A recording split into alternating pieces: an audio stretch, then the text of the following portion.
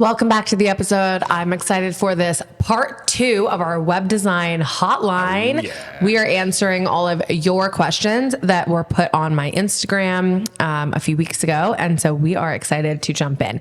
We've got some good ones. Honestly. So the last one was really about, I don't even remember what it was about. Do you remember? Pricing. So many How things. to get started. Yeah. So many things. So worth a listen. But this one, we have a lot about like processes and systems, niching down, booking clients, beta offers, custom stuff. So all geared towards you web designers. So let's go ahead and just jump in. We're going to just rapid fire them and give them our best shot. So how long did it take you to nail down your processes and systems? I'll take this one. So for me, it took me, probably a year and a half to feel really confident in my systems and processes, because I wasn't following any suggestions. I was literally figuring it out all on my own. And so one thing that you'll notice is like, any of my timelines, I really fucking hope are shortened and condensed for you guys because, for example, like the processes and systems, I think of like my website in a day. Yeah. That shit was rough when I first started, and it took me a while to fine tune and feel like I was like really onboarding, appropriately. I was getting all my deliverables. Totally. Like the client experience was amazing.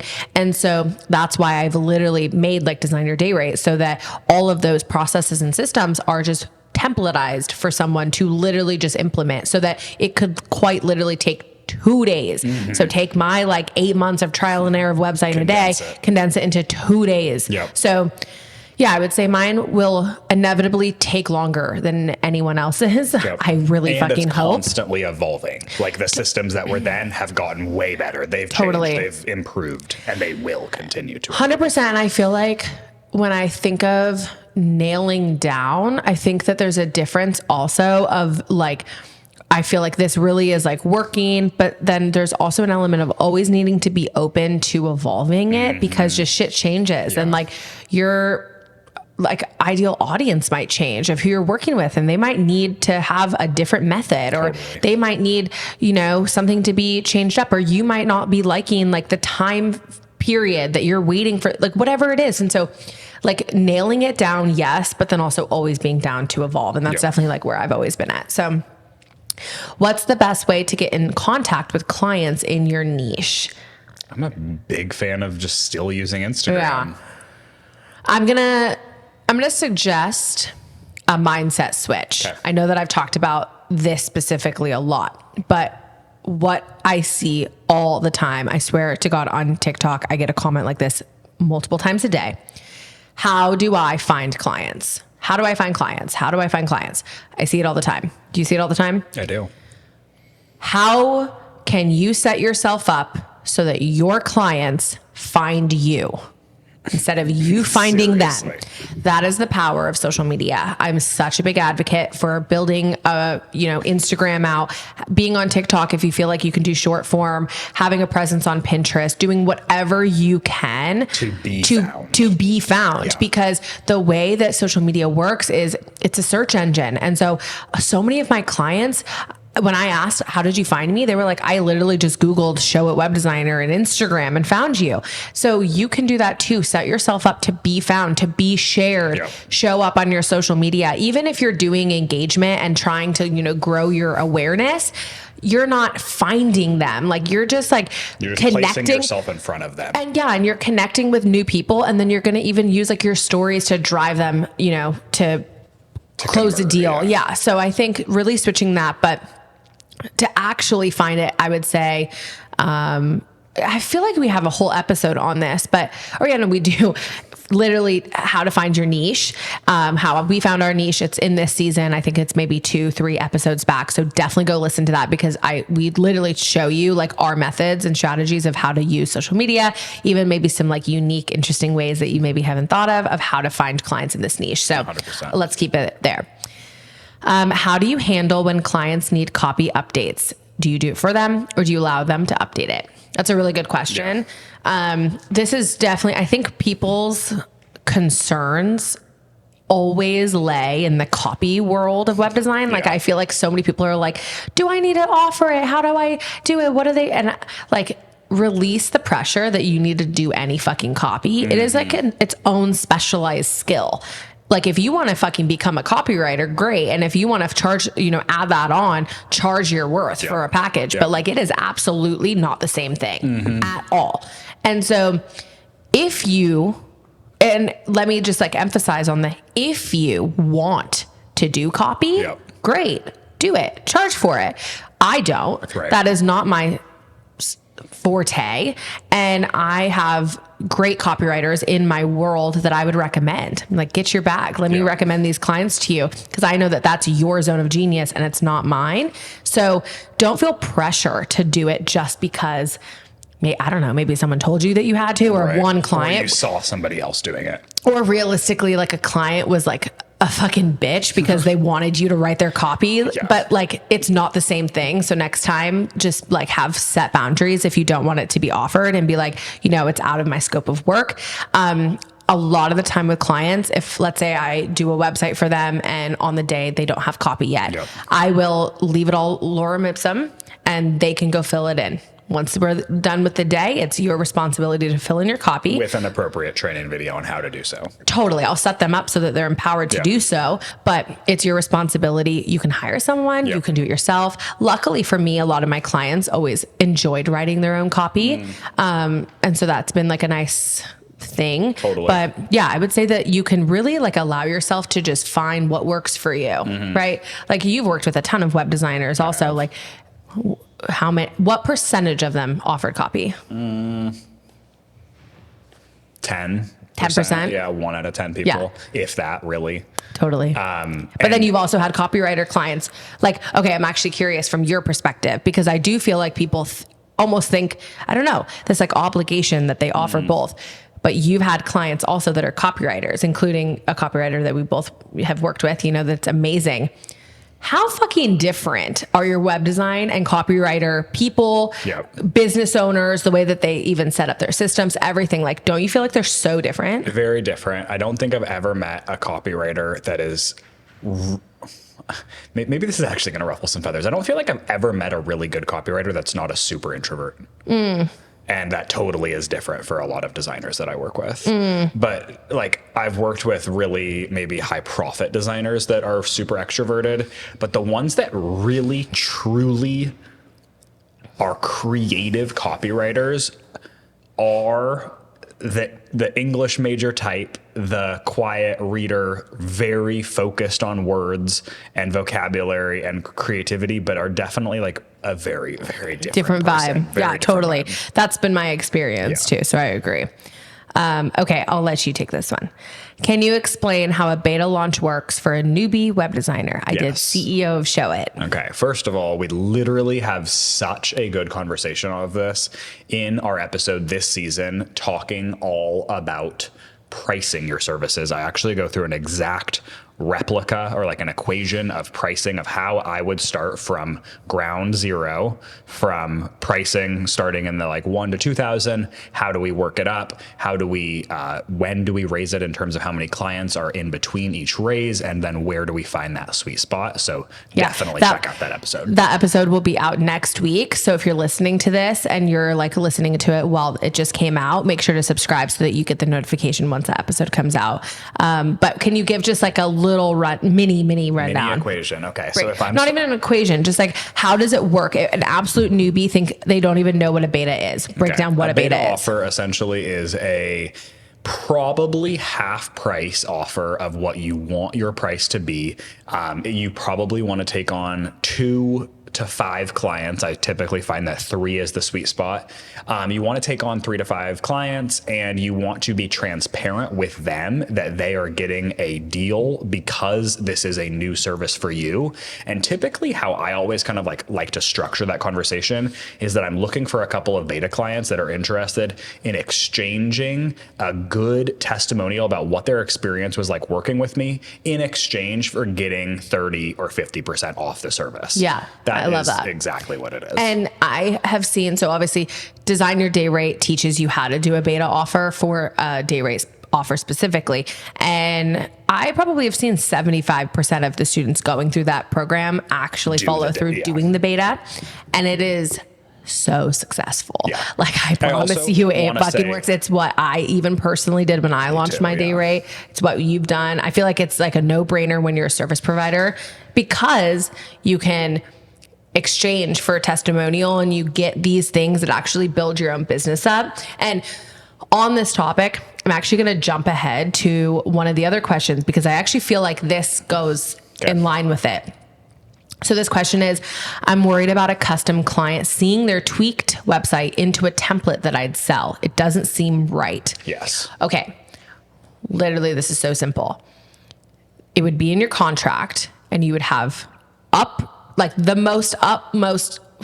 am I trying to say? You'd be transparent as fuck. Yeah. Like they would know going into it that you're going to convert their website into a template. And they don't fucking care. Like I promise you, I think people think that they'll like have this like hold on their personal website. And once you templatize it, it changes so much. Like change out whatever you need to do so that it feels really different, but it's the layout, it's the build that you're utilizing. About, though, what to change? Because I do feel like I've seen this question come up a ton, and it is, I think, it's worth just diving a little bit more into in terms of what do you actually change so that it's not that client site anymore? Because I would fully rebrand it. Okay. So what does that mean though? In order to do, I would do a whole new brand vibe. So if they have a set color palette and they have custom fonts that maybe you bought from Creative Market, they have all their own images, all that stuff. What I would do is I would strip it down. I'd go on a Pinterest, what I would actually start doing is I'd go to Pexels or Unsplash and find like a gallery of stock photos that all match the same vibe.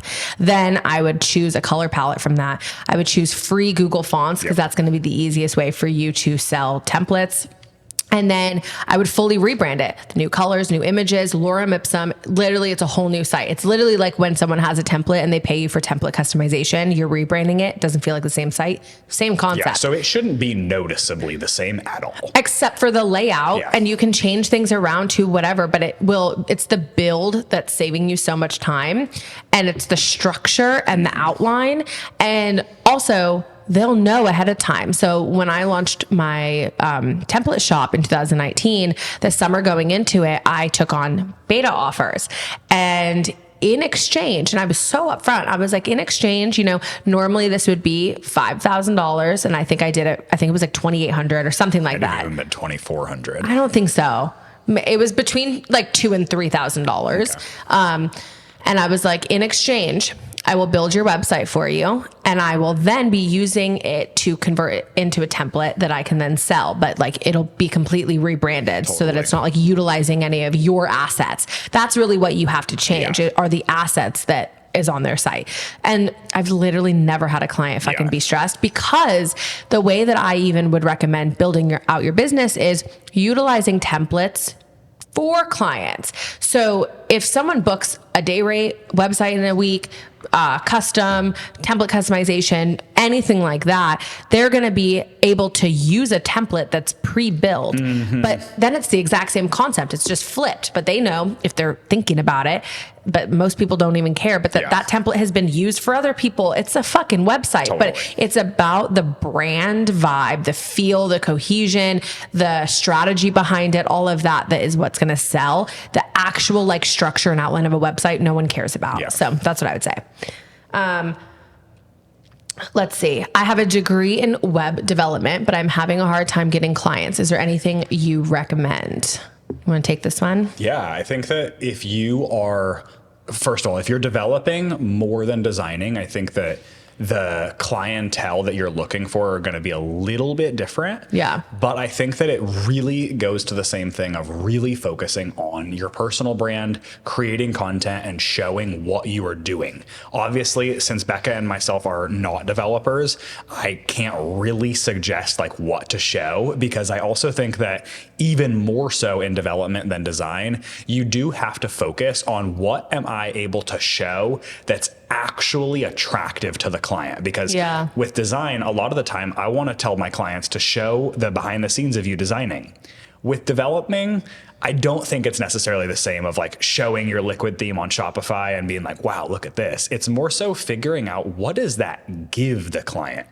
Showing off maybe what you're working on is really crazy animation on the website, and you want to show that what you get part of showing the difference between you and all of the other designers, all of the other developers, and really sharing what you bring to the table that's different than everybody else. Yeah, totally. I think it's such a different animal to, and I don't feel I also think that there's a sweet spot of finding some designers to partner with. That's what I was going to say. A lot of business from them. Yeah, totally. Yeah. And even like, I think in the day and age that we live in, like we have a whole episode on why coding is dead, but I think that there are even certain platforms that still utilize code, but that are more well known that people want to be on, like Webflow or Shopify, that you can charge those high prices that are more relative to what we recommend and what we suggest and the strategies that you can implement.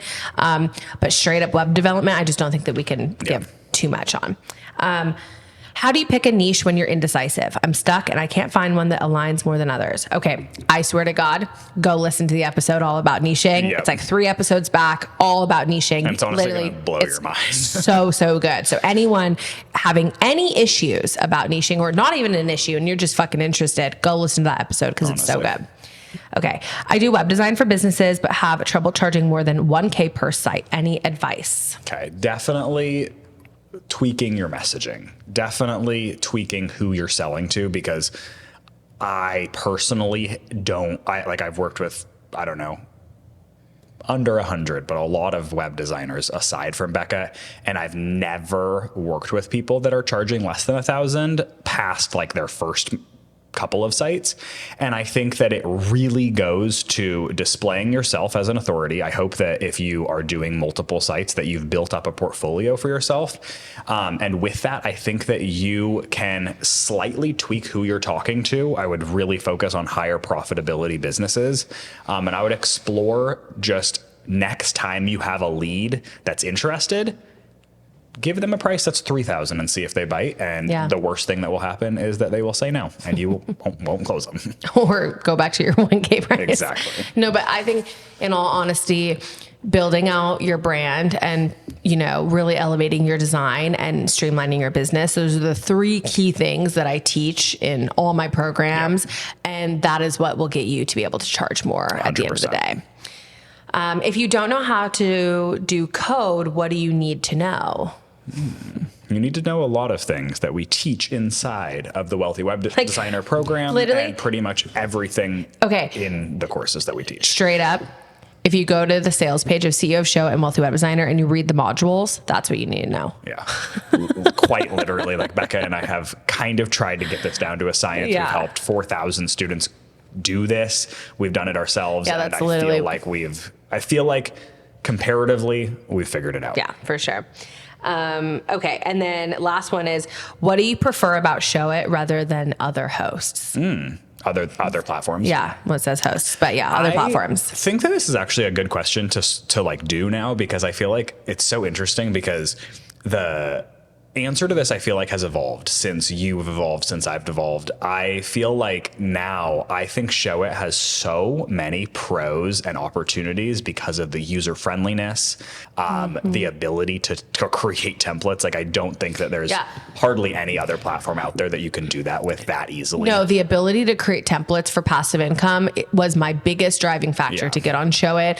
In 2019, when I went like full force on Showit, it was literally because of that. And I'm so fucking grateful that I did.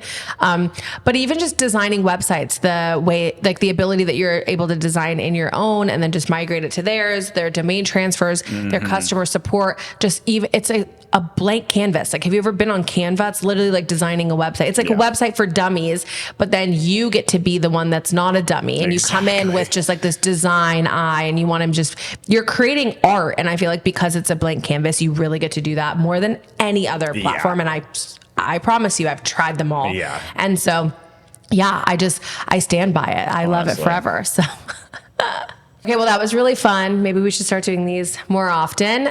But if you didn't catch part 1, be sure to go watch that, listen to that, wherever you are on YouTube or Apple or Spotify. And if you have questions that you want us to put onto this piece of paper and ask us next time we do this, make sure to drop them in the comments. Whether you're listening to this as a podcast, you're listening on YouTube, drop your questions in the comments so that we can answer them. Yeah, definitely.